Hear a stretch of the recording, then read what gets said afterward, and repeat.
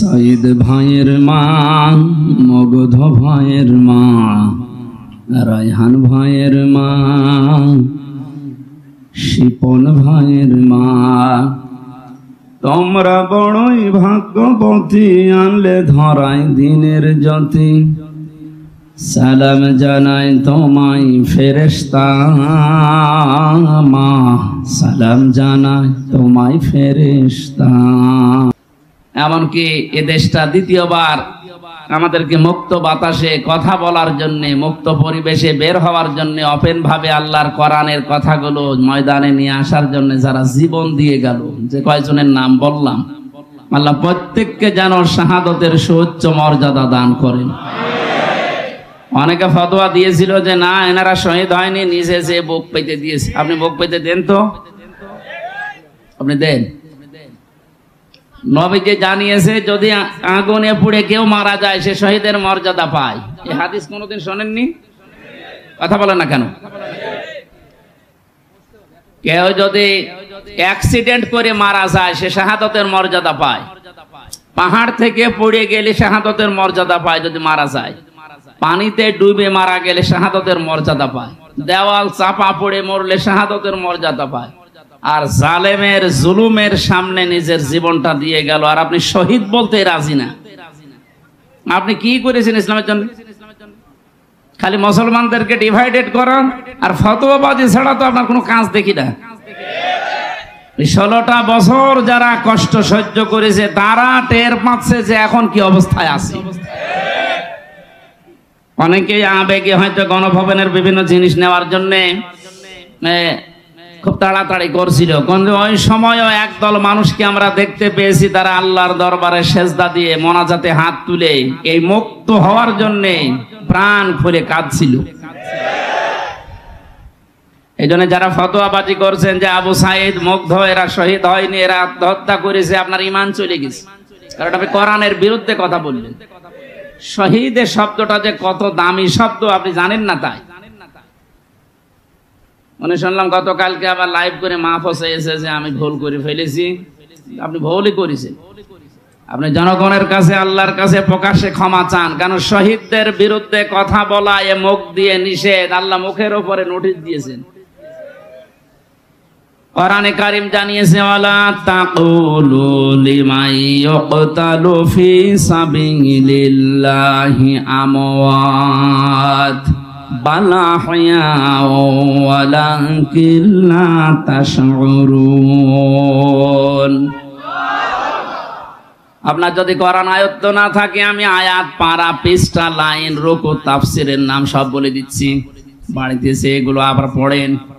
কি পড়ে আলেম হয়েছেন আমি জানি না। সূরা বাকারা 2 নাম্বার পারা, 2 নাম্বার পৃষ্ঠা, 12 নাম্বার লাইনের 154 নাম্বার আয়াত। ফি জিলালিল কোরআন সাজ্জিদ কুতুব দিয়েছেন বর্ণনা, বানিয়ে বলছি না, দেখে এসেছি। আল্লাহ পাক বলেন তোদের মুখের উপরে আমি নোটিশ জারি করলাম, কথা বলবি না। একজন দুইজন না, ওয়ালা তাকুলু, কেউ এ কথা বলবি না। লিমান ইউকতালু ফি সাবিলিল্লাহি আমওয়াত, আমি আল্লাহর জন্য যারা জীবনটাও দিয়ে দিল তারা মারা গেছে, এ কথা কখনো বলবি না। কে বলছেন?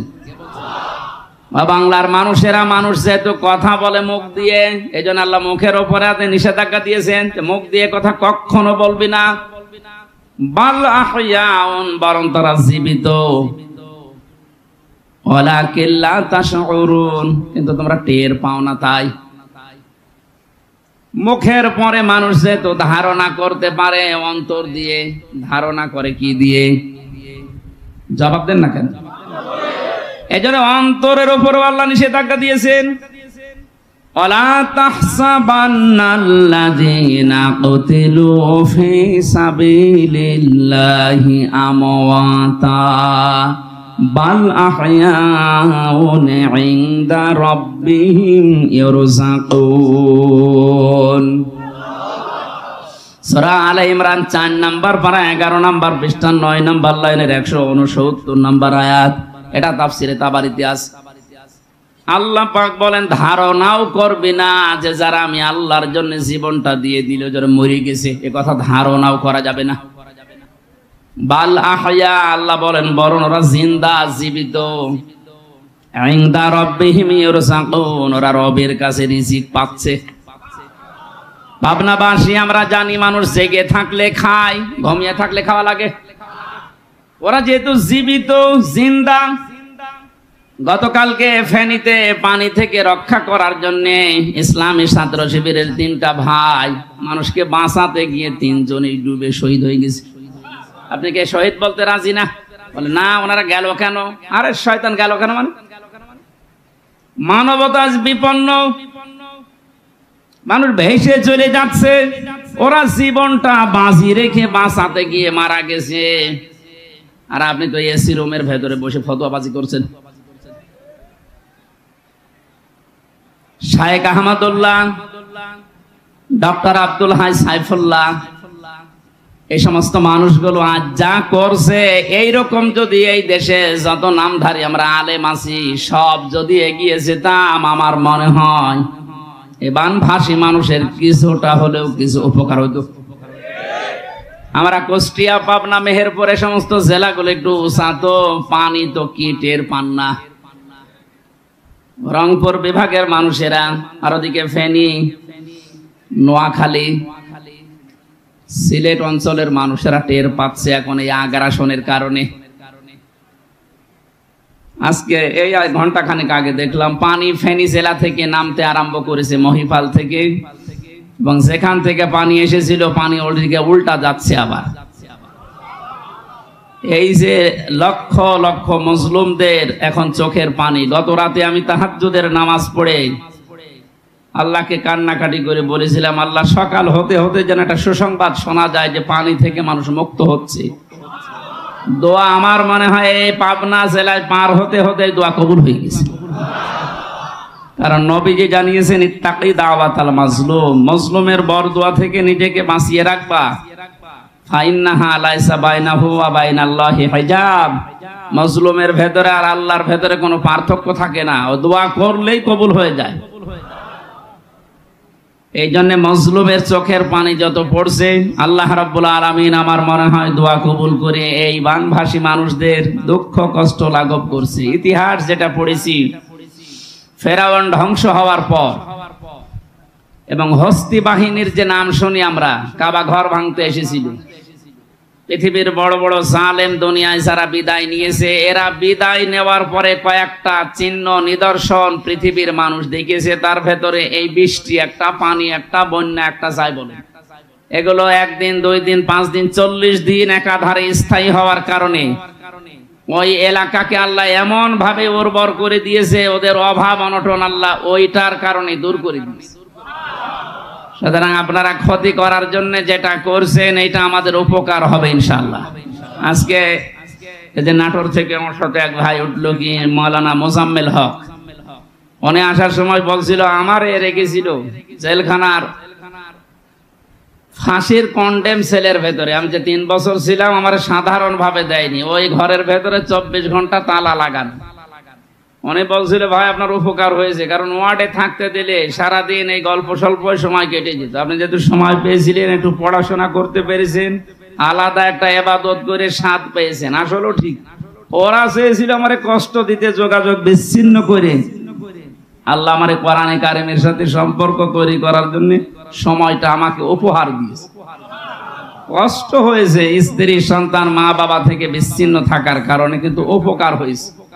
আমি যে তথ্যগুলো কোরআনে কারিম থেকে, ওখানে 76 জন আলেম আমরা ছিলাম, একে অন্যের কাছে যা যা নিতে পেরেছিলাম, ওইগুলো এখন আরো লেখাপড়া বাড়িয়ে জাতির কাছে আমি এখন মন খুলে ডেলিভারি দিতে পারবো। আল্লাহ যেন আমাকে তাওফিক দেন, আমার শরীরটা সুস্থ রাখেন। শরীরে আসলে কোলাচ্ছে না, ওরা যা খাওয়াইয়েছে 3 বছর, স্বাভাবিক হতে একটু সময় লাগবে। তারপরও আপনাদের মতো মানুষের দোয়া পেলে আমি ইনশাআল্লাহ সুস্থ হব। লালন শাহ ব্রিজ পার হওয়ার সময় মেজর জেনারেল কল দিয়েছিলেন, যিনি এখন দায়িত্বে আছেন। আরে বলছে হুজুর আমির হামজান জি, যেহেতু প্রশাসনে আছে, ডিসিএফআই আছে, গোপনে যেন কথাগুলো বাইরে না বলাই ভালো। তারপরও কিছু বলছি সতর্কের জন্য। উনি বললেন আল্লাহর কোরআনের কথা বলার জন্য এতদিন যারা বাধা দিয়েছে, যদি কোনো জায়গায় বাধা পান আপনি সরাসরি নাম্বার সেভ করে রাখেন, আমারে জানাবেন, ঠ্যাং ভেঙে ফেলবেন। কিন্তু দুইটা কথা আমাকে জানিয়েছে, বলছে মিজানুর রহমান আজহারি কিছুদিন পরে আসবে দেশে, যেহেতু মালয়েশিয়া ছিলাম কিছুদিন, কথা বললাম ভাইয়ের সাথে, বলছে যাবো কয়েকদিন পরে, আর একটু শান্ত হোক, কারণ শয়তানরা তো এখনো বসেনি। আমি বাইরে গিয়েছিলাম সিঙ্গাপুর, মালয়েশিয়া, ওরা আমার বিরুদ্ধেও ষড়যন্ত্র এখনো চালাচ্ছে, কারণ এরা দেখছে এ তো ঝামেলা থাকলে আমাদের পিঠের চামড়া জনগণ তুলে ফেলবে। অনেক দুইটা কথা জানিয়েছে, আমি জাতির উদ্দেশ্যে বলছি, যেহেতু এটা রেকর্ড হচ্ছে, কালকে সারা দেশে ছড়িয়ে যাবে। অন্তর্বর্তীকালীন সরকারের যিনি এখন প্রধান দায়িত্বে আছেন ডক্টর মোহাম্মদ ইউনূস ঘোষণা দিয়েছেন গত পরশুদিন, আল্লাহর কোরআনের কথা এ বাংলার জমিনে বলার জন্য কোন সলিমুদ্দির অনুমতির প্রয়োজন নেই। সুতরাং আলহামদুলিল্লাহ আমরা মুক্ত বাতাসে মুক্ত কণ্ঠ দিয়ে আল্লাহর কোরআনের কথা মানুষদেরকে শোনাতে পারবো। জেলখানার ভেতরে আমার কথা বলতে আমারে আর মাওলানা মামুনুল হককে অন্তত আপনারা চুপ করে থাকবেন, ঈদের নামাজও পড়তে দেয়। একটা হিন্দু পেয়েছিলাম জেলার আর সোফার, ও তো আর আলেম সালেম বোঝে না, ওর কাছে সব সমান। উনি জানিয়েছে যে তাফসীর মাহফিল যারা করে কোরআনের অনুষ্ঠানগুলো কমিটিকে আপনি আগে থেকেই বলে দেবেন। এই যে আমি এই ভাইকে ছিল সাথে মৌলানা হোসাইন ও শুনছিল, কমিটিকে বলবেন যে মহিলা প্যান্ডেল যেন একটু আলাদা করে, ওখানে যেন কোনো পুরুষ মানুষ না যায়। এক নাম্বারে এটা আমাকে জানাতে বলেছে, কালকে থেকে যত জায়গায় মাহফিল আছে বাংলাদেশে আগে থেকে কমিটিরে জানাবেন। দ্বিতীয় নম্বর জানিয়েছে মেয়েদের ওই জায়গাতে অন্তত ৫-৭টা ১০টা ওয়াশরুম বানিয়ে দেবেন, এই সাময়িক কিছু সময়ের জন্য, যেন কষ্ট না হয়। এই দুইটা মেনে চলতে বলবেন, বাকি কোনো সমস্যা নেই। কোরআন যেভাবে আল্লাহ উপস্থাপন করতে জানিয়েছে ওইভাবে মানুষকে জানাবেন। কি একটা কায়দা করে রেখেছিল বলেন তো 16 বছর, এই পাতি নেতা থেকে শুরু করে এসপি ডিসি পর্যন্ত, এমনকি বিনা ভোটের এমপি পর্যন্ত পারমিশন না দিলে হবে। এবার বিনা ভোটে এমপি হয়ে দেখেন, পিটিএ মেরে ফেলবে মানুষ। আমরা দল মত নির্বিশেষে এদেশে আমরা একটা পরিবার। যদিও এমন সময় কথা বলছি যে সময় ভারতের একটা কালো চিন্তার কারণে আমাদের 8টা-9টা জেলা বাংলাদেশে এখন পানির নিচে। আমিরে জামাত ডক্টর শফিকুর রহমান সহ যে মানুষগুলো আজ ত্রাণ দেওয়ার জন্য গিয়েছে, আল্লাহ তাদেরকে হায়াতে তজ্জেবা সিহাতে কল্লিয়া দান করুন। যাদের টাকা পয়সাগুলো ওখানে যাচ্ছে, মনে করবেন এটা সবচাইতে এখন বড় জিহাদ, এই মানবতার পাশে দাঁড়ানো। জিহাদের নাম নিয়ে উল্টাপাল্টা ফতোয়া দিয়েছে মানুষগুলোকে, আজ জঙ্গি উগ্রবাদ বিভিন্ন নাম দিয়ে মামলা হামলা দিয়ে হয়রানি যারা করেছে, তাদের এই চক্রান্ত জাতি এবং বাইরে যারা আল্লাহ রসুল বিশ্বাস করে না, খ্রিস্টান ইহুদি, তারাও বুঝে ফেলেছে। কাউন্টার টেররিজম নামে যে বিভাগটা ছিল, এরা আন্দাজে ভালো মানুষ বাড়ি থেকে ধরে এ বোমা বাড়িয়েছে, এ জঙ্গি, এই নাম দিয়ে, বিশেষ করে যে মনিরুল, এটা একটা টাটকা নির্ভেজাল শয়তান। আমি তো শয়তান দেখিনি কোনোদিন, ওর দিকে তাকালে আমার মনে হয় শয়তান যদি দেখতাম তো এইরকম হইত। মাটির নিচে আমার যে ঘরে নিয়েছিল, এ সমস্ত কথা বলতে ওনারা আসার সময় বলেছিল, যা যা করলাম বাইরে যে কিছু বলবেন না, এই জন্য আর বলতেও পারছি না, থাক। হ্যাঁ, বলে আমি আবার ফের ধরা খাই, আর ধরা খাবো না ইনশাল্লাহ। মাহফিলের প্রধান অতিথি হাফেজ মাওলানা ইকবাল হোসাইন, উনি যাবার সময় বলছিলেন যে কমিটির ছেলেরা এখানে যে টাকা পয়সাগুলো কালেকশন করছে, এর খরচ বাদ দিয়ে টাকাগুলো তারা বানভাসী মানুষের এই দুঃখ কষ্ট লাঘব করার জন্য পাঠাবে। এক মুসলমান আর এক মুসলমানের উপরে যে 6টা হক আছে, অধিকার আছে, তার ভেতরে এইটা একটা, যে বিপদে পড়লে আপনি এগিয়ে যাবেন। এজন্য আহ্বান জানাচ্ছি, এই পাবনা থেকে, এই সিরাজগঞ্জ, কুষ্টিয়া, এত দূর থেকে সেই ফেনীতে যাওয়া আসা করে আপনার অনেক টাকা খরচ হয়ে যাবে। যদি 10,000 টাকা 20,000 টাকা কেউ দিতে চান, আমি আজকে সকালে পাঠিয়েছি এবং কালকেও দেবো ইনশাল্লাহ। বিভিন্ন জায়গা থেকে, আমার বাবার কাছ থেকে, আমার নিজের টাকা থেকে, এমনি তো আমার ফকির বানিয়ে ফেলেছে সরকার। তারপরও যা পাচ্ছি আমি পাঠাচ্ছি, কারণ এত দূর যাওয়া আসা করি, যা টাকা খরচ হবে ওই টাকাগুলো যদি আমার দায়িত্বশীল যারা আছে, বিশেষ করে আমিরে জামাত যিনি এখন দায়িত্বে আছেন, ওই মাধ্যমে পৌঁছিয়ে দিতে পারলে সঠিক জায়গা মতো পৌঁছাবে, এখানে আর 2 নম্বরই হবে না। আপনারা চেষ্টা করেন। আমি তাফসীরুল কোরআন মাহফিল লিখেছেন, তাফসীর করব ইনশাআল্লাহ। যে আয়াত পড়েছি একটা গুরুত্বপূর্ণ বিষয় এখানে আল্লাহ আলোচনা দিয়েছেন, আমি পয়েন্ট আকারে কথা বলবো। আল্লাহ পাক বলেন, কিতাবুন উনজিলা ইলাইকা ফালা ইয়াকুন ফি সাদরিকা হারাজুম মিনহু লিতুনযিরা বিহি ওয়া যিকরা লিল মুমিনিন। আল্লাহু আকবার। এই কথা বলা যাবে না ভাই।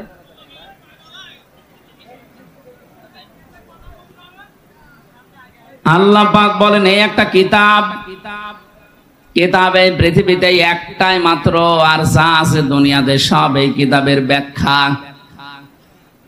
এজন্য দল মত নির্বিশেষে কোরআনে কারীম এটা একটা কিতাব, এই কিতাবের ব্যাপারে আমাকে আগে জানা লাগবে।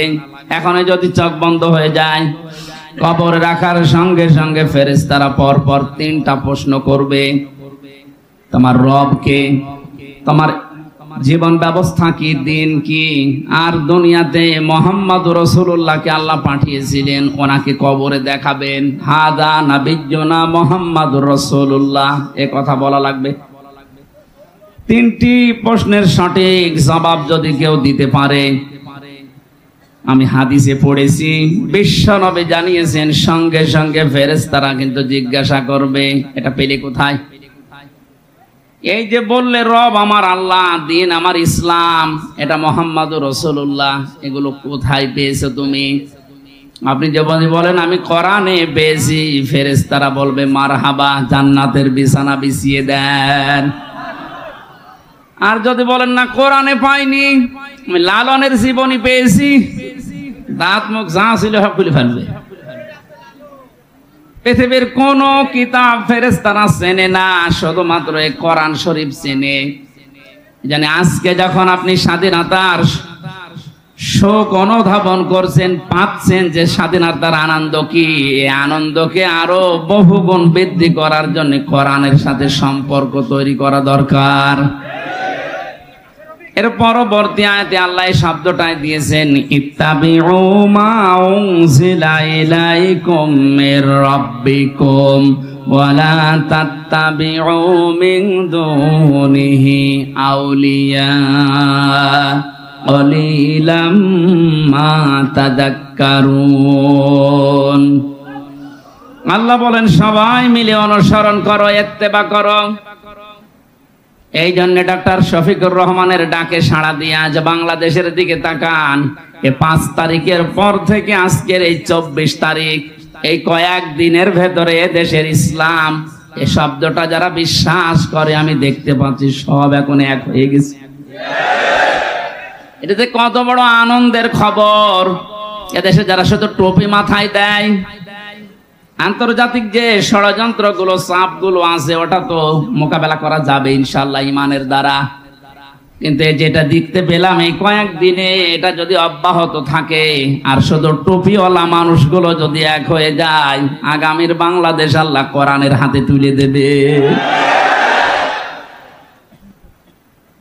5 তারিখের আগ পর্যন্ত এই দেশে কোরআন দিয়ে, ইসলাম দিয়ে দেশ চলুক, এরকম জনসংখ্যা মাত্র ছিল 100 জনের 20 জন। 16 থেকে 20 জন এই পার্সেন্টেজ আমরা জরিপে পেয়েছিলাম।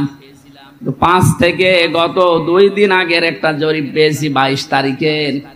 এমাত্র 16 থেকে 17 দিনে এই দেশে এখন 35 জন, 100 জনের 35 জন মানুষ চায় যে কোরআন দিয়ে দেশ চলুক। ধারাটা অব্যাহত থাকতে দেন। ষড়যন্ত্রকারী যারা আছে, জালেমের দোসররা, এরা থেমে যাবে, এরা পারবে না। এভাবে যদি আর কিছুদিন চলে, দেখবেন 100 জনের 51 জন এই দেশে ইসলাম চলবে, এ কথা বলতে বাধ্য হবে। দেশে বাইরে সব মিলিয়ে অনেকে নারীদেরকে আজ জুজুর ভয় দেখাচ্ছে ইসলাম সম্পর্কে, বিশেষ করে জামাতি ইসলামী বাংলাদেশ সম্পর্কে, যে এরা যদি চায় তোমাদেরকে একেবারে ঘরের ভেতরে বন্দি করে রাখবে ফাতেমার মতো। কে বলেছে আপনাকে? এটা ডাহা মিথ্যা কথা। মুহাম্মদ রাসূলুল্লাহর আদর্শ অনুসরণ করে যারা এদেশে দিন কায়েমের শপথ নিচ্ছে, আল্লাহর কসম এখন অনেক নাস্তিক পর্যন্ত বলতে বাধ্য হচ্ছে, যদি এদের হাতে দেশটা 5 বছর দেওয়া যায়, নারীরা থাকবে জান্নাতে। আলেমদের এই ঐক্যবদ্ধ দৃশ্য দেখে আমার অনেক ভালো লাগছে। আমি একটা আশা পাচ্ছি সামনে, অন্য কারো লাগবে না, শুধু টুপিওয়ালারা এক হয়ে গেলে এদেশে ইসলাম কায়েম হবে। বিশ্বনন্দিত মুফাসসির কোরআনে কারিমের পাখি বলা হয় যাকে, শহীদ আল্লামা দেলাওয়ার হোসেন সাঈদীর সারা জীবনের স্বপ্ন ছিল, আল্লাহ তুমি কোরআন দিয়ে চললে কেমন দেখা যায়, এ দেশটা একটু দেখাও। দেখতে পারেন নাই, বিদায় নিয়েছে জালেমদের অত্যাচারে। এখনো আমি প্রতিদিন জেলখানায় বসে দোয়া করতাম, আল্লাহ বাবা চালিয়েছিল দেশটা, অনেকেই দেখেছে কেমন চলেছে, অনেকের স্বামী চালিয়েছিল, চাচাও চালিয়েছে জোর করে 9 বছর, বউ চালিয়েছিল, ভাবি চালিয়েছে, এখন শুধু দেখতে বাকি আছে যে কোরআন দিয়ে দেশ চললে কেমন দেখা যায়। এটা দেখেছেন কোনদিন? দেখেন। এখন যেহেতু মুসাফির অবস্থায় আছি, আর মুসাফিরের দোয়া আল্লাহর দরবারে তাড়াতাড়ি কবুল হয়, এই মাজলুম মানুষদেরকে নিয়ে মন থেকে দোয়া করছি, আল্লাহ এটা তুমি দেখে মরার তৌফিক দাও যে দেশে কালেমার পতাকা উড়ছে। ইত্তাবিউ শব্দটা বহু বচন দিয়েছেন আল্লাহ এই কারণে, সবাই মিলে যদি আমরা সত্যি অনুসরণ করি। কোরআনে কারিমে বিভিন্ন ঘটনাগুলো আল্লাহ সাজিয়েছেন, এটা খেলা করার জন্য না। হযরতে ইব্রাহিম যাকে জাতির পিতা আল্লাহ ঘোষণা দিয়েছেন, অনেকেই জাতির পিতা জোর করে ঘোষণা দিয়ে মানতে বাধ্য করাচ্ছিল, এমন ভাবে আল্লাহ মিটিয়েছে, বাকিটা নাই বলি। জোর করার বিষয় না, কোরআনের বাইরে কোনো কাজ জোর করে করলেও আপনারও পরিণতি ওই হবে। আপনি যাকে ঘোষণা দিচ্ছিলেন যে উনিও, আল্লাহ যাকে ঘোষণা দিয়েছে 1500 বছর আগে কোরআনে, ওইটা আপনি পাল্টিয়ে ফেলেছিলেন। এখন বিভিন্ন রোড, ঘাট, ব্রিজ, কালভার্ট, সেতুর সামনে যেখানে লেখা ছিল যে অমকের নাম, সেখানে এখন আমাদের আসল জাতির পিতা যেটা আল্লাহর ঘোষণা দেওয়ার নাম দেখা যাচ্ছে। উনি ওনার সন্তানকে নিয়ে যেদিন জবাই করবেন, কোরআনে কারীম জানিয়েছে ফালাম্মা আসলামা ওয়া তাল্লাহু লিল জাবিন। সভাপতি আজকের আলেম মানুষ, আসলামা দিয়ে বচন দিয়েছেন আল্লাহ। প্রতিটি শব্দ কোরআনে কারিমে গবেষণার দাবি রাখে, আল্লাহ আসলামা দিয়ে বচন দিলেন কেন? রব্বুল আলামিন জানাতে চেয়েছেন, হযরতে ইব্রাহিম আমি আল্লাহর আদেশে এই দুনিয়ায় 50টা পরীক্ষা করেছি, 50টায় পাস করেছি। তার ভেতরে 9 নাম্বার পরীক্ষা ছিল তার সন্তান জবাই করা। ওনারে আদেশ দেওয়ার পরে উনি যেহেতু পাস করে পরীক্ষা নিলে, যদি বলতো আমি জবাই করব, সন্তান ইসমাইল যদি বলতেন না আমার জীবন আমি দেব না, জবাই করা সম্ভব হতো? আল্লাহর এই বিধানটা পালন করা সম্ভব হতো? বলেন। এদিকে ইসমাইল নবী জলদি বলতেন, আল্লাহ তুমি আদেশ দিয়েছো, আমি রাজি আছি, বাবা আপনি আরম্ভ করেন। হযরতে ইব্রাহিম নবী যদি বলতেন না, 83 বছর থেকে 90 বছর পর্যন্ত অপেক্ষা করে একটা সন্তান পেলাম, আমি জবাই করব না, তাহলে আল্লাহর বিধান পালন হতো? আল্লাহ আসলামা দিয়েছেন এই কারণে যে দুইজনে যখন এগ্রি হয়ে গেছে, রাজি হয়ে গেছে আল্লাহর বিধান মানতে, তখন আমার আল্লাহর বিধানটা কায়েম করা সম্ভব হয়েছে। এই 56,000 বর্গ মাইলের এই দেশে কারো লাগবে না, শুধু যারা টুপি মাথায় দেয় আমরা, এই মানুষগুলো যখন ঐক্যবদ্ধ হওয়া আরম্ভ হয়ে গেছে, এটা এই দৃশ্যটা আর কিছুদিন চলতে দেন। আমি তো দেখতে পাচ্ছি ইব্রাহিম ইসমাইল যেভাবে আল্লাহর বিধান কায়েম করতে পেরেছিলেন, আমরাও চর্ম চোখে দেখতে পাবো। এই জন্য কোরআনের কাছে আসেন। কোরআনের কাছে আসলে আপনার অনেক অজ্ঞতা দূর হবে, কুসংস্কার, বেদাত এগুলো বিদায় নেবে। আল্লাহ বলেন একটা কিতাব কেন দিয়েছি জানেন হে নবী? এটা দিয়ে মানুষকে সতর্ক করবেন, কিন্তু সতর্ক করার সময় আপনি কোনো ভয় পাবেন না। আপনার মনের ভেতরে যেন কোনো ভয়, ভীতি, সংশয়, সন্দেহ, দ্বিধা, দ্বন্দ্ব এইগুলো কাজ না করে।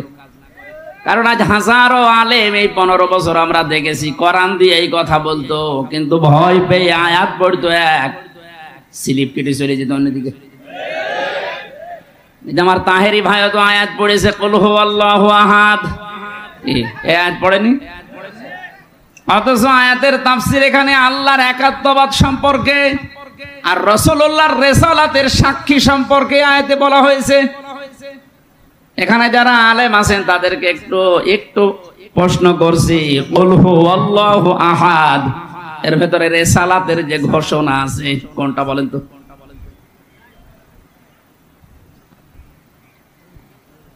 এই যে কুল মানে হে নবী আপনি বলেন। নবী যে নবী ছিলেন তাকে বলানোর জন্য আল্লাহ কুল শব্দ দিয়ে আয়াত আরম্ভ করেছেন। তাহলে কুল হুয়াল্লাহু আহাদ এই আয়াতের ভেতরে আল্লাহর একাত্মবাদ যেমন আছে, রাসূলুল্লাহর রিসালাতের ঘোষণাও আছে। আল্লাহ পাক এই আয়াতটা আমার আলেমদের মুখ দিয়ে বের করিয়েছে, আমরা করেছি 15 বছর। এই মানুষগুলো কি বলে দেখেন তো, কুল হুয়াল্লাহু আহাদ হে নবী বলেন আল্লাহ এক। এরপরে চলে যায় আস্তে আস্তে কাটতে কাটতে অন্যদিকে। এবার তাফসীর করার সময় বলছে এই নবী কোন নবী? ফাতেমার বাবা। ফাতেমা কোন ফাতেমা? হোসাইনের মা। এ হোসাইনের হোসাইন কোন হোসাইন? এ কারবালার প্রান্তরে শহীদ হয়েছিল। এখন আপনাদেরকে আমি কারবালার ঘটনা শোনাবো মাত্র 2 ঘন্টা। তাফসীর হচ্ছে দেখেছেন, আয়াত পড়েছে কি কুল হুয়াল্লাহু আহাদ, আর তাফসীর হচ্ছে কারবালা। তাও কারবালার যে 27টা শিক্ষা আছে ওগুলো বলতে চাই না, সব মাইনাস করে মন মতো শিক্ষা বানিয়ে মানুষকে ধোঁকা দিয়ে বোকা বানিয়ে কাজ চালিয়ে যাচ্ছিল। এই জন্য আল্লাহ হারাজন দিয়েছেন। ওই হারাজন এটা খেলা করা শব্দটা না। আমি যত তাফসীর মিলিয়েছি এই হারাজনের সাথে 2টা ব্যাখ্যা পেয়েছি। নবী আপনি কথা বলার সময় হয়তো মনে হতে পারে যে পাবনা জেলার চাটমোহরের সমাজ এলাকার লোকেরা আবহমান কাল থেকে এটাকে ইসলাম মনে করে পালন করে আসছে। এখন যদি এইটা কোরআন দিয়ে বলতে চায় তো টিকবে না।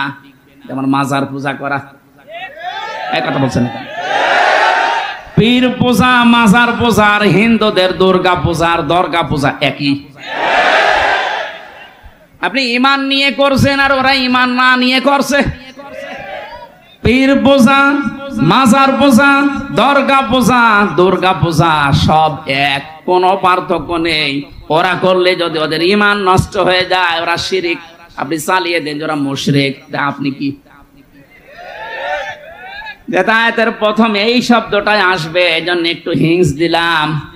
যারা শিরিক করছে মাজারের ব্যবসার নাম নিয়ে কোরআনের তাফসীর করতে গেলে ওইগুলো তো টিকবে না। হে নবী আপনি মনে মনে ভাবতে পারেন যে এগুলো না বলাই ভালো, বললে আবারও হাত ছাড়া হয়ে যেতে পারে। যাক, আপনার মনের ভেতরে যেন কোনো ভয় ভীতি এখানে কাজ না করে যে আমার আবার হাদিয়া তোফা নজর নিয়াজ আবার বন্ধ হয়ে যাবে কিনা। 2 নম্বরে আপনি যখন কথা বলেন এই কথাগুলো অনেক মানুষ না বোঝার কারণে আপনার উপরে মন খারাপ করতে পারে। এরকম মানুষ আছে কিন্তু খুব কম। কোরআন দিয়ে আল্লাহ যেটা বোঝাতে চেয়েছেন, আমি যখন ওই ফোর্সে কথা বলি, ওই ডোজ দিয়ে কথা বলতে চাই, হয়তো অনেকে না বোঝার কারণে মন খারাপ করে না, এ তো আমার দলের বিরুদ্ধে চলে গেল। আরে ভাই, আল্লাহ যদি আপনার দলের বিরুদ্ধে কথা বলে তা আমি করবো কি? পৃথিবীর ময়দানে আল্লাহ রাব্বুল আলামিন মানুষকে দুঃখ, দুর্দশা, অপমান দুনিয়া এবং আখিরাত পর্যন্ত দেবেন বলে যে আয়াতে ঘোষণা দিয়ে, খুব খেয়াল করে শুনবেন আলেম যারা আছে, দুনিয়ার ময়দানে আল্লাহ দুঃখ কষ্ট লাঞ্ছনা গঞ্জনা দেবে দুনিয়া থেকে আখেরাত পর্যন্ত। এরকম যত কথা আমি কোরআনে পেয়েছি সেখানে কি আছে?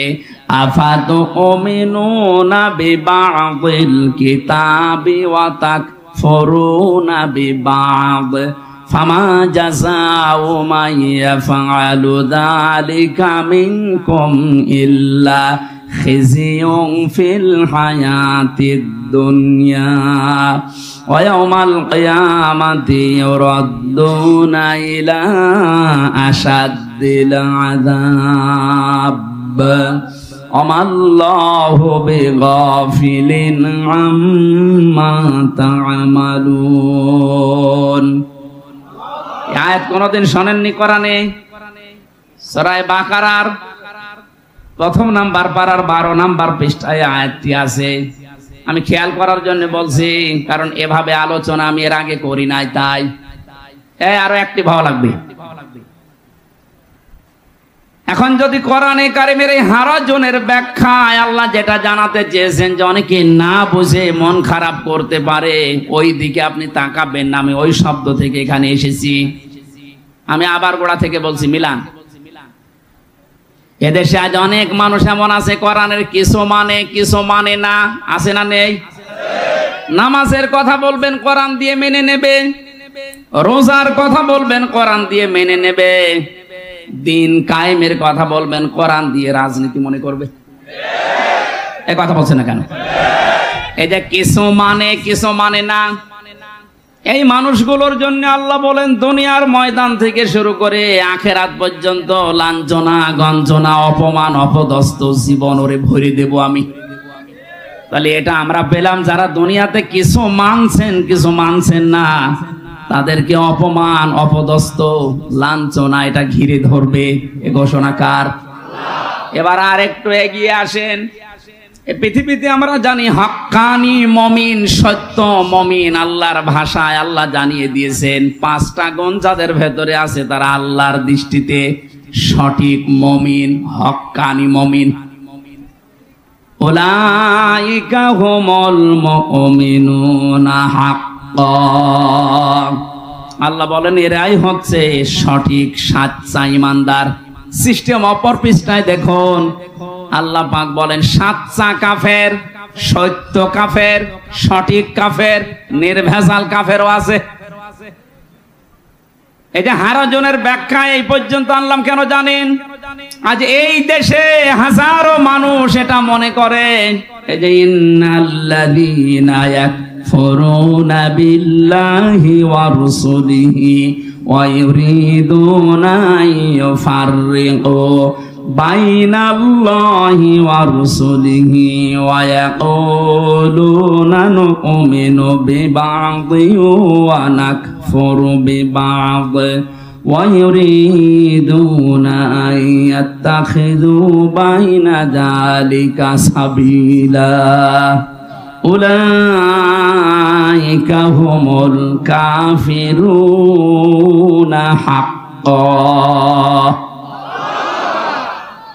আমি কিন্তু আবার প্রশ্ন করবো 2টা আয়াত শেষ হওয়ার পরে, কারণ যেটা বোঝাতে চাই ওটা ক্লিয়ার না হলে আমি সামনে যাব না।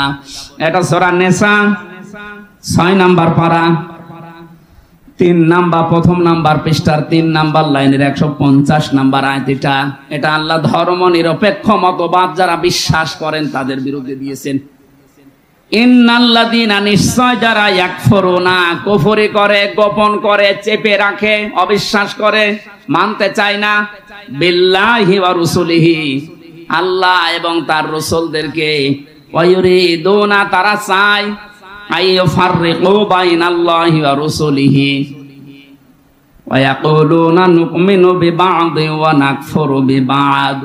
ওরা চায় আল্লাহ রাসূলের মাঝখান থেকে আরেকটা রাস্তা বের করে, আরেকটা পথ তৈরি করে, কিছু বিশ্বাস করবে কিছু বিশ্বাস করবে না, এরকম একটা আলাদা ধর্ম বানাতে, যাকে আমরা বাংলাতে ধর্ম নিরপেক্ষ মতবাদ বলে জানি।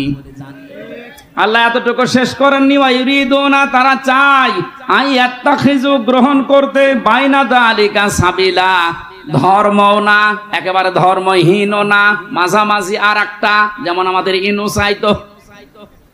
ইনু নুনু, রাশেদ খান মেনন, এরা যেমন চাইতো, আল্লাহ মনে হচ্ছে ওদের নাম ধরে ধরে আয়াতটা নাযিল করেছে, যদিও ইনু নুনু এ নাম নেই, কিন্তু এই বাইনা যালিকা সাবিলা এটা দিয়ে ওদের দিকে আল্লাহ ইঙ্গিত দিয়েছেন।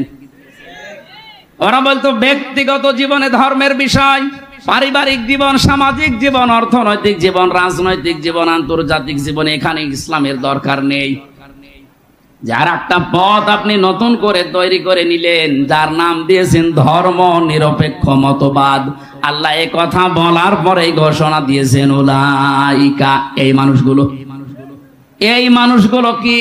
উলাইকা হুমুল কাফিরুনা হাক্কা, এরা হক কাফের, এরা সলিড কাফের। বাংলাদেশে এখন হারাজনের ব্যাখ্যা করতে গিয়ে যদি এ পর্যন্ত এসে বলি, যারা ধর্ম নিরপেক্ষবাদে বিশ্বাস করেন, এটাকে যারা কায়েম করার জন্য চেষ্টা চালান, ইসলামের নিয়ম নীতিকে যারা বাইপাস করে আর একটা রাস্তা বানাতে চাচ্ছেন, আপনি কিন্তু হক কাফের। এর পরবর্তী শব্দ আরো কঠিন, ওয়া আ'তাদনা লিল কাফিরিনা আযাবাম মুহিনা, এই কাফেরদের জন্য আমি আল্লাহ ভয়ঙ্কর যন্ত্রণাদায়ক অপমানজনক শাস্তি রেডি করে রাখছি। তার বাস্তব প্রমাণ এই সাবেক অবৈধ বিচারপতি মানিক। কি অবস্থা দেখেছেন এই ধর্ম নিরপেক্ষ মতবাদের ধ্বজাধারী লোকটার? কলার পাতায় শুয়ে আছে। শয়তানরে এখনো পর্যন্ত হাত পা ভেঙে না দিয়ে ওইভাবে রেখে দিয়েছে। কোন কারণে? ওরে আগে বানানোর মতো বানানো লাগবে, কারণ এদেশে ইসলামের সবচাইতে বেশি ক্ষতি করার পেছনে যাদের ভূমিকা ছিল ইসলামপন্থীদের, তার ভেতরে এই লোকটা। আরো কয়েকজন মুরগিচোর আছে, কথা বলছে না কেন? এটা হারাজনের ব্যাখ্যা করতে গেলে ওই দিকে যাদের টান আছে ওদের মন খারাপ হবে। হ্যাঁ, এ হুজুর তো জামাত ইসলামের হুজুর, এ হুজুর সরমনার হুজুর, না আমার বিরুদ্ধে চলে যাচ্ছে। আল্লাহ এই কথা জানিয়েছেন, হে নবী, ওরা না বুঝে মন খারাপ করতে পারে, আপনি ওই দিকে তাকাবেন না। এখন আল্লাহর এই বর্ণনা করা আয়াত অনুযায়ী কি কথা বলবো না চেপে যাবো? আল্লাহ রাব্বুল আলামিন হারাজনের পরে দিয়েছেন, হারাজম মিনহু লিতুনযিরা বিহি ওয়া যিকরা লিল মুমিনিন। হে নবী, আপনি উপস্থাপন করেন আমার কোরআন, এটা জিকির, এটা উপদেশ সবার জন্য না, মুমিনদের জন্য। আমরা মুমিন না কাফের? হ্যাঁ বলেন। মুমিনদেরকে আল্লাহ এবারে পরবর্তী আয়াতে নির্দেশ দিচ্ছেন, ইত্তাবিউ, সবাই মিলে অনুসরণ করো। সুতরাং আজ জামাত ইসলাম চরমনায় 1800 যত দল ইসলামের নাম নিয়ে চলছে প্রায় 75টার উপরে, জেনারেল দলগুলো 55টার উপরে, আর শুধু ইসলামের নাম নিয়ে দেশে 75টার উপরে দল চলছে। এই কয়েকদিনের ভেতরে যে পরিবর্তন শুরু হয়ে গেছে, সবাইকে আমি এই মাহফিলে আহ্বান জানাচ্ছি, আপনারা এক হয়ে যান কোরআনের এই আয়াতটার দিকে তাকিয়ে। ইত্তাবিউ, আল্লাহ বলেন সবাই মিলে অনুসরণ করো। কি অনুসরণ করবেন? মা উনজিলা ইলাইকুম মির রাব্বিকুম, তোমাদের রব তোমাদেরকে যেটা দিয়েছে। আর এক বাক্যে আমরা ওটা মুখ খুলে বলতে পারি, তার নাম কোরআন। তার নাম কি? সবাই মিলে এইটা অনুসরণের কাছে আসেন। ওয়ালা তাত্তাবিউ, অনুসরণ করা যাবে না মিন দুনিহি আউলিয়া, কোন ওলি আল্লাহর। প্রশ্ন আসতে পারে, তাহলে আল্লাহ ওলিদের বিরুদ্ধে? না। তাফসিরে মুফাসসির লিখেছেন, আল্লাহ পাক বেশ ভালো করে জানেন পৃথিবীতে এমন সময় আসবে আমার অনেক বান্দা আমি আল্লাহর চাইতে ওদের আব্বাকেই বড় মনে করবে। যেমন 15 বছর করা হয়েছিল, আল্লাহর জিকির যতটুকু না হয়েছে তার চাইতে বেশি জিকির করা হয়েছে মানুষের। এক কথা বলছে না কেন? আমার তো মনে মনে ধারণা হতো আল্লাহ যেভাবে জিকির চলছে, রিমান্ডে গিয়ে আমি মাটির নিচে যেখানে ছিলাম ওখানেও দেখছি মাথার উপরে বাবা। কি গো, এই জায়গায়ও বাবা। ওখানে যদি আল্লাহু আকবার লিখে রাখতো তাও তো একটু জিকিরের শব্দ মনে হতো, যে বিপদে আসি অন্তত দোয়া ইউনুস পড়ে। ইউনুস তো পড়া যাবে না, তো ঝামেলায় আছে। একবার আপনি আল্লাহু আকবারটা লিখে রাখেন অথবা লা ইলাহা ইল্লাল্লাহ মুহাম্মাদুর রাসূলুল্লাহ লিখে রাখেন, তা আল্লাহর কথা রসুলের কথা স্মরণ হবে। কথা বলেন না কেন? এমন জিনিস আছে ও দেখলেই মনে হচ্ছে কেমন ছিল বাবা। সে একজন একটা গান বেঁধেছিল, বাবা তোমার দরবারে সব, দৃশ্যগুলো তাই মনে হচ্ছিল। আমাকে ধরা থেকে শুরু করে একেবারে বিচার ব্যবস্থা পর্যন্ত যারা রায় দিচ্ছে, আমার মনে হয় সব একটা খেলা চোরা কি শুরু করেছে, সব পাগল হয়ে গেছে। মাথায় দড়ি দিয়ে, হাতে হ্যান্ডকাপ দিয়ে, পায়ে এসে শিকল, ওই যে ডান্ডা বেড়ি টেনে টেনে নিয়ে যাচ্ছে। ওরা তো হাসতেছে যে ভালোই হচ্ছে, কিন্তু আমার তো ফেটে যাচ্ছে। কি একটা পাগলামি শুরু হয়েছিল। এখন এই মিথ্যা মামলাগুলো যারা দায়িত্বে আছে তারা ঘোষণা দিয়েছে একটাও মিথ্যা মামলা, মিথ্যা সাক্ষী, মিথ্যা রায় থাকবে না। সবগুলো কিছুদিনের ভেতরে সব ধূলিসাৎ হয়ে যাবে ইনশাআল্লাহ। যে উদ্যোগগুলো নিচ্ছে সত্যি যদি মন থেকে নিয়ে থাকে, আল্লাহ যেন তাড়াতাড়ি এটা বাস্তবায়ন করে দেয়। জেলখানায় বহু মানুষ আছে বিনা অপরাধে জেল খাটতেছে, কিচ্ছু জানি না, আন্দাজে আমার মতো। এই যে সবা কি বলে ইকবাল ভাই বলছিলেন না যে এই সিরাজগঞ্জে বাড়িটা, যে ছেলেটার কারণে আমার ধরেছে বাড়ি সিরাজগঞ্জ সলঙ্গা সদরে। কিছুদিন আগে হাজিরা দিতে গিয়ে দেখলাম যে শিকল দিয়ে ওরা বেঁধে নিয়ে এসেছে। বললাম তুমি আমার কোনোদিন দেখেছো? বলছে না। আমার নাম বললে কি করি? বলছে আমার বলতে বললো। কি একটা বলেন, ও এই সিরাজগঞ্জ থেকে বাসের মাথায় উঠে গেছে ঢাকায়, তাও কাশি নিয়ে, ধান কাটে কাশি, ওই কাশি নিয়ে। যে ওই সংসদের পাশ দিয়ে ঘুরছিল, পুলিশে ধরে বলছে ওই কি করবি? বলছে সংসদ ভেঙে ফেলবো। কি দিয়ে? কাশি দিয়ে। সংসদ ভাঙবা কাশি দিয়ে? কোথায় পেলে এটা? বলছে আমির হামজা হুজুরের ওয়াজ শুনে উদ্বুদ্ধ হয়েছে, চল তুইও চল ওই হুজুরের নিয়ে। এই যখন আমার তোলে কোর্টে বিচারপতি যারা, জজ যারা, তারাও হাসে যে একটা কথা হইল, এ কি শয়তানেও বিশ্বাস করবে? এই জন্য এটা খারিজ হয়ে যাচ্ছে, নষ্ট হয়ে যাচ্ছে, জানে যে এগুলো ওরা ওই 2 নাম্বারই করে দিয়েছে। পাবনাবাসী আমরা অনুসরণ করতে চাই সবাই মিলে আল্লাহর ওই কোরআনকে, যেটা আল্লাহ আমাদের প্রতি নাজিল করেছেন। আল্লাহ যেহেতু ভালোভাবে জানে যে তার চাইতে অনেকে আব্বাকে, বীরকে, বাবাকে বড় মনে করে ফেলবে, এই জন্য আল্লাহ ওয়ালা তাত্তাবিউ মিন দুনিহি আউলিয়া দিয়েছেন। কোন ওলির অনুসরণ দরকার নেই। অনুসরণ যদি করতে চান কিসের করবেন বলেন? কিন্তু শেষের শব্দে আল্লাহ একটু আফসোস করলেন, কলিলাম মা তাযাক্কারুন। আমার এই বক্তব্য শোনার পরে অধিকাংশ বান্দা বান্দিরা মুখ ফিরিয়ে চলে যাবে, কিছু মানুষ মানবে। আমরা কি কিছু মানুষের ভেতরে থাকতে চাই না? নাকি মুখ ফিরিয়ে চলে যাওয়ার দলে থাকবেন? আল্লাহ আমাদেরকে সম্মতি দান করো, বলেন আমিন। আজকে তেলাওয়াত করেছি সূরা মুমতাহিনা, এর শাব্দিক অর্থ হচ্ছে পরীক্ষিতা নারী। একজন পরীক্ষিতা নারীর 9টা গুণ থাকা লাগবে। আল্লাহ রাব্বুল আলামিন নবীজিকে জানিয়েছেন, হে নবী, মুমিনা নারী যারা দাবি করে যে আমরাও ঈমান এনেছি, আপনার কাছে বায়াত নিতে চাই।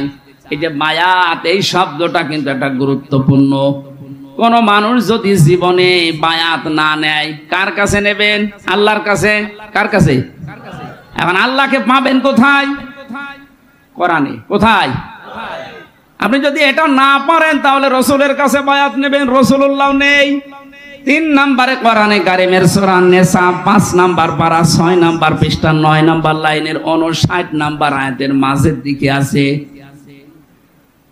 উলিল আমরি মিনকুম। তোমাদের ভেতরে যারা নেতৃত্ব দেয়, এই উলিল আমর, তাদের আনুগত্য করো। কে বলছেন? কিন্তু শব্দটা বলার আগে আল্লাহ যে ফেল, যেটা আতিউ ভার্ব, এটা নিজের নামে রাসূলের নামে দিয়ে দিয়েছেন, কিন্তু উলিল আমরের আগে দেননি। আল্লাহ এটা স্পষ্ট ভাবে জানাতে চেয়েছেন আল্লাহ রসুলের আনুগত্য করা লাগবে, তাদের কাছে বায়াত নিয়ে মেনে নেওয়া লাগবে, কোনো প্রশ্ন করা যাবে না। কিন্তু এর বাইরে যাদের কাছে আপনি বায়াত নেবেন, উলিল আমর বলে নেতৃত্ব যারা দেয়, অবশ্যই দেখা লাগবে লোকটা আল্লাহ রসুল না। এ সময়টা কিন্তু এখন চলছে। আপনি বায়াত না নিয়ে যদি ওইভাবে মারা যান, আপনি কিন্তু জাহিলিয়াতের মৃত্যু হবে। মনের ভেতরে যদি এই কামনা, বাসনা, শখ, আকাঙ্ক্ষা না আসে যে আল্লাহ আমি শহীদ হব, তাহলে আপনি মুনাফিক হয়ে মরবেন। আর যদি এই আশা থাকে, আপনি যদি জ্বরে পড়েও মারা যান বিছানায়, তাও শাহাদতের মর্যাদা পাবেন। এজন্য কোরআনের পাখির সারা জীবনের দোয়া ছিল আল্লাহুম্মা ইন্নী আসআলুকা শাহাদাতান ফি সাবিলিক, হে আল্লাহ তুমি আমাকে শাহাদতের মরণ দিও। জালেমরা সাধারণ ভাবে মারতে চেয়েছিল, শেষ পর্যন্ত শাহাদতের মরণ নসিব করেছে, কারণ তাকে মেরে ফেলা হয়েছে। অন্যায় ভাবে কাউকে মেরে ফেললে তাকে শাহাদতের মর্যাদা দেয় কে? বলেন। ওনার দোয়া কবুল হয়েছে। আমারও সারা জীবনের এখন দোয়া, আল্লাহ সাধারণ ভাবে মরণ দিও না, মরণ যদি আমারে দাও শাহাদতের মরণ দিয়ে আমারে ধন্য করো। কারণ এই মরণে কোনো কষ্ট নেই, পিপিলিকা কাটলে যেমন ওই রকম কষ্ট দিয়ে আল্লাহ দুনিয়া থেকে বিদায় করে দেবে। এরকম মরণ দরকার। তাছাড়া ধুকে ধুকে এই যে দরবেশ বাবার মতো এরকম মরার কোনো, তো মারা যাবে। যে অবস্থায় আছে এখন শুধু শুধু কাঁদতেছে, কেউ কেউ শুধু হাসতেছে। হাসি কান্না করতে করতে একদিন দেখবেন আপনি বেঈমান হয়ে বিদায় নিয়েছেন, কারণ আপনার জীবনে কোনোদিন শাহাদত হোক এ কথা আপনি বলেননি। আমাদের জীবনের আসল টার্গেট এইটা, আল্লাহ আমাকে তুমি শাহাদতের মরণ দিও। আমি যদি বিছানায় পড়ে এখন মারা যায়, আমাকে আল্লাহ শাহাদতের মর্যাদা নসিব করে দেবেন।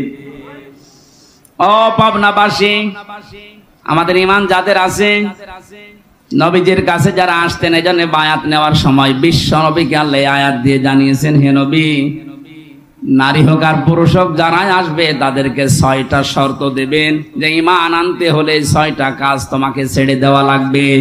ইযা জাকাল মুমিনাতু ইউবাইউনাকা আলা আল্লাহ ইউশরিকনা বিল্লাহি শাইআ। 1 নম্বরে আপনার কাছে যারা আসবে তাদেরকে বলেন যে জীবনে আর যাই করো কোনোদিন শিরিক করা যাবে না। এ ঘোষণা কার? ও পাবনাবাসী, আমি কোরআন সামনে নিয়ে মাথায় নিয়েও গ্যারান্টি দিতে পারি, ছোটখাটো গোনা যদি যাই হোক না কেন, শিরিক যদি না থাকে আপনি জান্নাত পাবেন।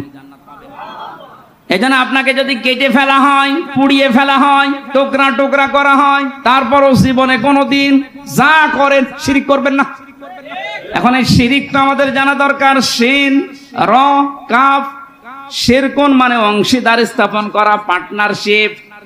এই শব্দটা ব্যাখ্যা করলে আমরা 4 প্রকার পেয়েছি: শিরিক বিল জাত, শিরিক বিল সিফাত, শিরিক বিল ইখতিয়ার, শিরিক বিল হুকুক। এক একটা প্রকার আবার 4 প্রকার আছে, 4 আর 16 প্রকার। আবার ওই এক একটা প্রকারের ভেতরে মুফাসসিরিন ইকরাম ভাগ করে দেখিয়েছেন আরো 4 প্রকার করে। এভাবে 48 প্রকার, 72 প্রকার, 120 প্রকার শিরিক আমার আল্লাহ কোরআনে জানিয়েছেন। জোরে বলেন সুবহানাল্লাহ। এজন্য আমাদের উচিত, আমরা যদি ঈমানের দাবি পূরণ করতে চাই, শিরিক এই বিষয়টা আমাদেরকে ভালোভাবে জানা লাগবে। সন্তান যাদের ছেলে মেয়ে হচ্ছে তাদেরকেও আপনি পরিচয় করাবেন আল্লাহর সাথে শিরিকের বিষয়গুলো। হযরত লোকমান হাকিম আজ অমর হয়ে আছেন যতগুলো কারণে, তার 1 নম্বরে কারণ এইটা, তিনি তার ছোট সন্তানকে শিরিকের বিষয়ে পরিচয় করিয়েছিলেন। ইয়া বুনাইয়া লা তুশরিক বিল্লাহ ইন্নাশ শিরকা লাযুলমুন আযীম। যেহেতু সিলেবাসটা নষ্ট করে ফেলেছিল এই কয়েকটা নাস্তিক মিলে, আমাদের ছেলে মেয়েদেরকে শিরিক কিভাবে করা লাগে ওইগুলো সিলেবাসে ঢুকিয়েছিল। এগুলো আমরা এখন আহ্বান জানাই, যারা দায়িত্বে আছেন এই সিলেবাস নষ্ট করে ফেলেন, আবার কোরআন দিয়ে হাদিস দিয়ে মুসলমানদের প্রাণের দাবি সিলেবাস তৈরি করেন। আমাদের সন্তানদেরকে আমরা পরিচয় করাতে চাই লোকমান হাকিমের মতো আল্লাহর সাথে। কথা বলেন না কেন? তিনি এমন একজন কালো মানুষ ছিলেন, তার ঠোঁট গুলো ছিল ঝোলা, শরীর ছিল এত কালো হাড়ের তলার মতো, মাথার চুলগুলো ছিল উস্কো খুস্কো। চেহারার যে বর্ণনা দিলাম, একবার দেখলে আর একবার দেখতে মন চাবে। অথচ তার দাম কি, মর্যাদা কি? কোরআনে কারিমে আল্লাহ 4 পৃষ্ঠার একটা সূরায় তার নামে দিয়ে দিয়েছেন। হিসাব করতে পারেন, 4 পৃষ্ঠার একটা পুরা সূরা লোকমান নামে আল্লাহ দিয়েছেন। তাকে চিরন্তন করেছেন শুধুমাত্র এই কারণে তিনি তার সন্তানকে পরিচয় করিয়েছিলেন আল্লাহর সাথে। আজকে থেকে আমরাও লেখাপড়া যারা করাচ্ছেন বা করাবেন, আমাদের সবার ইমানের দাবি, মনের কথা এই, সামনের সিলেবাস হবে আল্লাহর সাথে পরিচয় করা সিলেবাস। হ্যাঁ, রাজি আছেন না?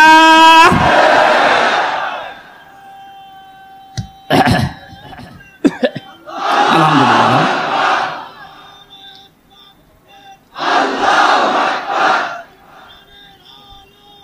সময় নেই, সময় কম, একটু ভাগ।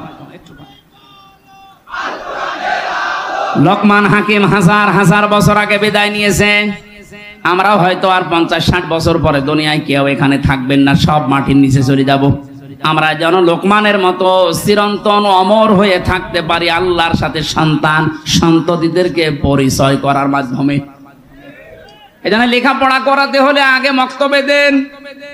ক্যাডেট যে মাদ্রাসাগুলোতে কোরআনে কারিম পড়ানো হয়, হাদিস পড়ানো হয়, ওখানে 3 বছর মাত্র পড়ান। এরপরে আপনি যেখানে দেবেন দেন, কোনো অসুবিধা নেই। ওর ভেতরে যদি আল্লাহর পরিচয়টা ছোটবেলা থেকে এসে যায়, ঢুকে যায়, ওকে কোনোদিন আপনি এই মানিকের মতো, মুরগি কবিরের মতো নাস্তিক বানাতে পারবেন না।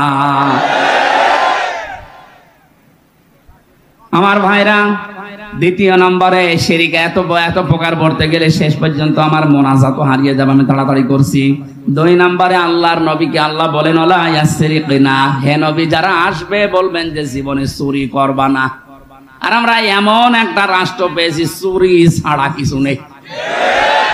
দরবেশরে ভালো মনে করতাম, আর বাংলাদেশের শুধু ব্যাংকে 36,000 কোটি টাকা ঋণ পড়ে আছে।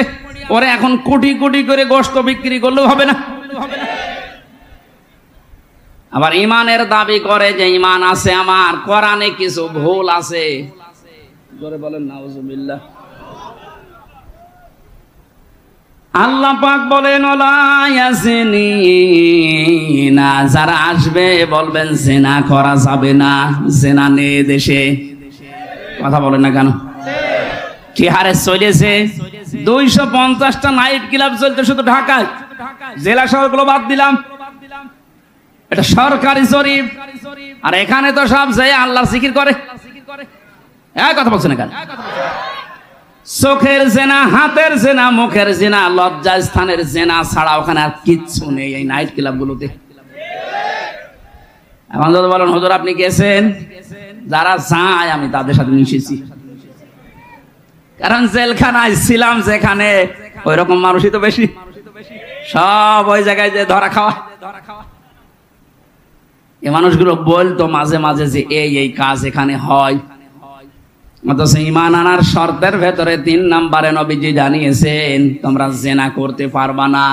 আর জিনা মুক্ত একটা দেশ উপহার দিতে হলে মাস্ট বি ওয়ালা তাকরাবুজ জিনা ইন্নাহু কানা ফাহিশাতাও ওয়া সাআ সাবিলা।